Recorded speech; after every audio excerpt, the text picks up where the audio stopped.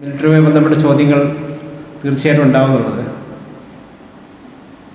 Military life ഞാൻ 88-ലാണ് മിലിറ്ററിയിൽ ചേരുന്നത്. 28 വർഷത്തെ സേവനം. ആ കാലഘട്ടത്തിൽ സത്യം പറഞ്ഞാൽ വലിയ ഹാർഡായിരുന്നു, വലിയ പ്രയാസം. ശമ്പളം, മാന്യമായൊരു വേതനമില്ല, കഠിനമായ പിന്നെ പരിശീലനങ്ങളും മറ്റ് അതുമായി ബന്ധപ്പെട്ട്.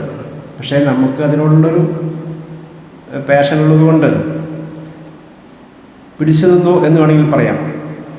ട്രെയിനിങ് പദ്ധതി പരേഡ് ഒരു വർഷത്തെ ഒരു കാലയളവ് വലിയ, കാരണം നമ്മുടെ നാട്ടിൽ നിന്നും അതുമായി വലിയ ഒരു ഗ്രാമത്തിൽ നിന്നും പോകുന്ന ഒരു കുട്ടി, നമുക്കതിനുമായിട്ട് വലിയ കാര്യമായിട്ട് അറിവുകളൊന്നുമില്ല. ഒരു സുപ്രഭാതത്തിൽ ഞാൻ എൻ്റെ കൂട്ടുകാരനുമായി കോഴിക്കോട് പോകുന്നു. പത്രത്തിൽ കണ്ടൊരു വാർത്ത, അവിടെ ചെല്ലുന്നു, വെസ്റ്റ് ഹില്ലിൽ പോയി അവിടെ അതിൽ പങ്കെടുക്കുന്നു. അതുമായിട്ട് കാര്യമായിട്ട് നമുക്ക് ഒരു അറിവുമില്ല. അവിടെ ചെല്ലുന്നു, എൻ്റെ കൂട്ടുകാരൻ ഫിസിക്കലിൽ ഔട്ടാവുന്നു, ഞാൻ സെലക്ഷനാവുന്നു. അന്നൊന്നും ഇന്നത്തെ പോലത്തെ ഒരുപാട് നൂലാമലമൊന്നുമില്ല. ഡയറക്റ്റ് പോകുന്നു, നമ്മളെ കൊണ്ട് ആദ്യം ഫിസിക്കൽ ചെയ്യിക്കുന്നു. ഫിസിക്കൽ നമ്മൾ ഫിറ്റ്, ആദ്യം റണ്ണിങ് ചെയ്യുന്നു, മറ്റ് ചെറിയ ഇത് ചെയ്യുന്നു. നമ്മൾ ഫിറ്റാണെങ്കിൽ റണ്ണിങ്ങിൽ നമ്മളൊരു 100 പേരെ ഓടി ഒരു 15 പേരൊക്കെ വരികയാണെങ്കിൽ ഒരു 15 പേരെ അവർ സെലക്ട് ചെയ്യും. അതിനുശേഷം പിന്നെ ഫിസിക്കൽ ടെസ്റ്റുകൾ ചെയ്യും.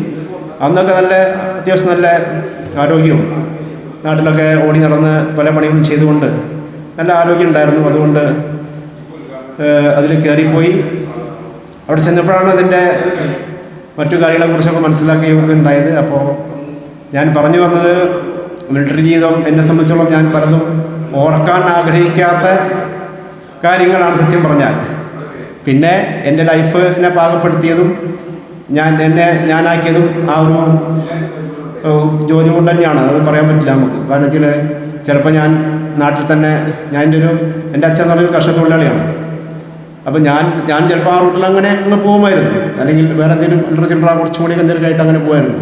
പക്ഷേ ആ ഒരു ടേണിംഗ് പോയിൻ്റാണത്, ലൈഫിൻ്റെ ടേണിംഗ് പോയിൻ്റ് ആണല്ലോ.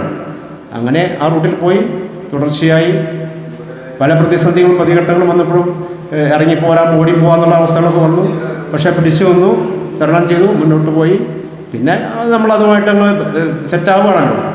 28 വർഷം ഇന്ത്യ രാജ്യത്തിൻ്റെ പല ഭാഗങ്ങളിലും പോയി ജോലി ചെയ്തു.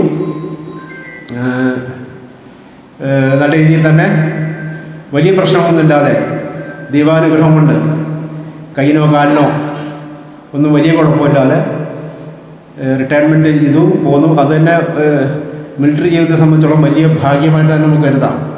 കാരണം മറ്റ് വലിയ ഡാമേജുകളൊന്നുമില്ലാതെ, വലിയ പരിക്കുകളൊന്നുമില്ലാതെ, കൈയിനോ കാലിനോ ബ്രെയിനിനോ മറ്റ് ഓർമ്മശക്തിയോ,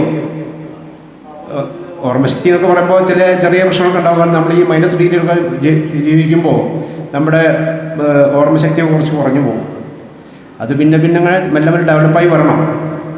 ആ ഒരു പ്രശ്നം ഒഴിച്ച് ബാക്കി ഓക്കെയാണ്, കുഴപ്പമൊന്നുമില്ല. പിന്നെ നാട്ടിൽ വന്നു, ഇപ്പോൾ കുടുംബമായിട്ടൊക്കെ സന്തോഷമായി ജീവിച്ചു പോകുന്നു. അങ്ങനെ ഈ ഒരു കല അഭ്യസിക്കണമെന്നുള്ളൊരു ആഗ്രഹം തോന്നി. ആ ആഗ്രഹത്തിൻ്റെ പുറത്താണ് ഇപ്പം ഇവിടെ വരുന്നതും ചെയ്യുന്നതുമൊക്കെ. എൻ്റെ ഉത്തരം താങ്കൾക്ക് തൃപ്തികരമായിരിക്കുമെന്ന് പ്രതീക്ഷിക്കുന്നു. എൻ്റെ പേര് ഷുക്കൂർ സർ. ഞാൻ ചോദിക്കുന്നത്, നമ്മുടെ കേരളത്തിൽ പല ഉദ്യോഗസ്ഥന്മാരും റിട്ടയർമെൻറ്റ് വരും.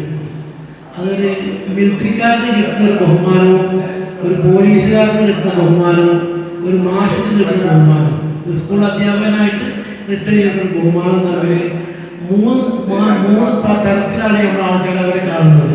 അതിനെ പറ്റി നിങ്ങളുടെ അഭിപ്രായം? എല്ലാവരുടെയും മനസ്സിലുള്ള രൂപപ്പെട്ടൊരു സംഭവം ഉണ്ടല്ലോ. അപ്പോൾ മിലിറ്ററി എന്ന് പറയുമ്പോൾ അതിനെ വേറെ രൂപത്തിലും, അല്ലെങ്കിൽ പോലീസ് എന്ന് പറയുമ്പോൾ യൂണിഫോം സർവീസ് മൊത്തത്തിൽ അങ്ങനെയാണ്. സിവിൽ സർവീസുകൾ, ഇപ്പോൾ സ്കൂൾ അധ്യാപകൻ പോലുള്ള മറ്റ് അതൊരു യൂണിഫോം സർവീസ് അല്ലല്ലോ. അത് ഗവൺമെൻറ് സർവീസ് ആയാൽ പോലും യൂണിഫോം സർവീസ് ആകുമ്പോൾ അതിൻ്റെ ഒരു ആളുകൾ കാണുന്നത് വേറൊരു രൂപത്തിലാണ്. പിന്നെ പോലീസ് എന്ന് പറയുമ്പോൾ പോലീസുമായിട്ട് നിരന്തരം ഇടപഴകുകയും അവരുടെ ജീവിതം എന്താണെന്നും അവരെന്താണെന്നുള്ളതൊക്കെ പൊതുജനങ്ങൾ മനസ്സിലാക്കുകയും ചെയ്യുമ്പോൾ അവരോടുള്ള ഒരു ചില ആളുകൾക്ക് നീരസവും ഇതൊക്കെ ഉണ്ടായിരിക്കാം. പക്ഷേ മിലിറ്ററി എന്ന് പറയുമ്പോൾ അത് വേറൊരു തരത്തിലേക്ക് മാറുന്നുണ്ട്.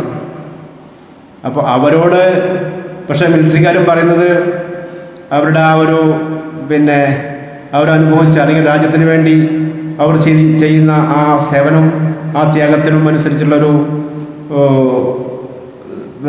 അവർക്ക് വേണ്ട സാഹചര്യങ്ങൾ നമ്മുടെ നാട്ടിൽ പലപ്പോഴും കിട്ടുന്നില്ല എന്നുള്ളൊരു പരാതി തന്നെയാണ് പ്രത്യേകിച്ചും കേരളത്തെ സംബന്ധിച്ചിടത്തോളം.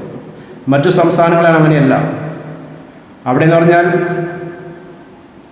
അതിന് ഒരു സംവിധാനം ഉണ്ടായിരിക്കും. ഇവിടെ വളരെ കുറവാണത്. കാരണം ഇവിടെ മിലിറ്ററി എന്ന് പറയുമ്പം അത് വളരെ പരിമിതമായ ഒരു അളവിലുള്ള ആളുകളേ ഉള്ളൂ. അവർക്ക് വേണ്ടിയുള്ള മറ്റ് കൂടുതൽ സംവിധാനങ്ങളൊന്നുമില്ല.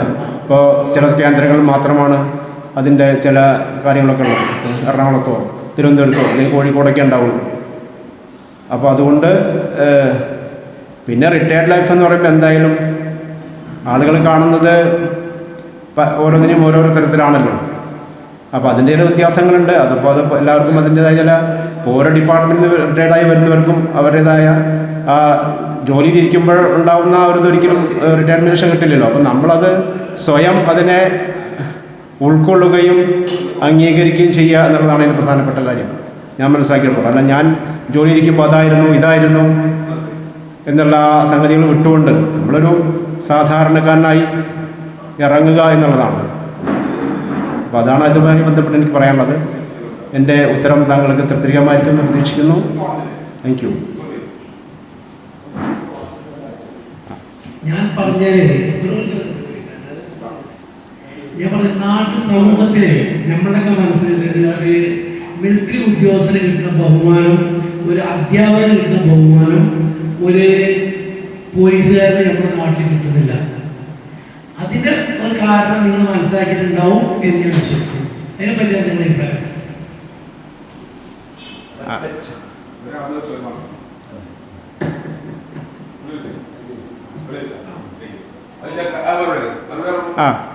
അല്ല സാറ് എനിക്കതിന് അത്ര ഒരു വ്യക്തമായിട്ടൊരു മറുപടി പറയാൻ സാധിക്കുന്നില്ല. കാരണം ഒരു അധ്യാപകന് കിട്ടേണ്ട അല്ലെങ്കിൽ ഒരു മിലിറ്ററിക്കാരന് കിട്ടുന്ന ഒരു റെസ്പെക്റ്റ് അല്ലെങ്കിൽ ആ ഒരു ഒരു അധ്യാപകനോ അല്ലെങ്കിൽ മറ്റ് പോലീസുകാർക്കോ കിട്ടുന്നില്ല എന്നാണ് സാർ ഉദ്ദേശിക്കുന്നത് തോന്നുന്നു. അത് ഞാൻ പറഞ്ഞല്ലോ, നമ്മുടെയൊക്കെ മനസ്സിലുള്ള ഒരു ഇതാണ് നമ്മുടെ മനസ്സിൽ രൂപപ്പെട്ടുള്ള അല്ലെങ്കിൽ സാധാരണ ഒരു മനുഷ്യൻ്റെ മനസ്സിൽ മിലിറ്ററി എന്ന് പറയുമ്പോൾ അതൊരു വേറൊരു സംഭവമാണ്. കാരണം നമ്മൾ മിലിറ്ററിയെക്കുറിച്ച് അറിയുന്നത് മിലിറ്ററിയിൽ കാണുന്ന അല്ലെങ്കിൽ നമ്മൾ കാണുന്ന ചില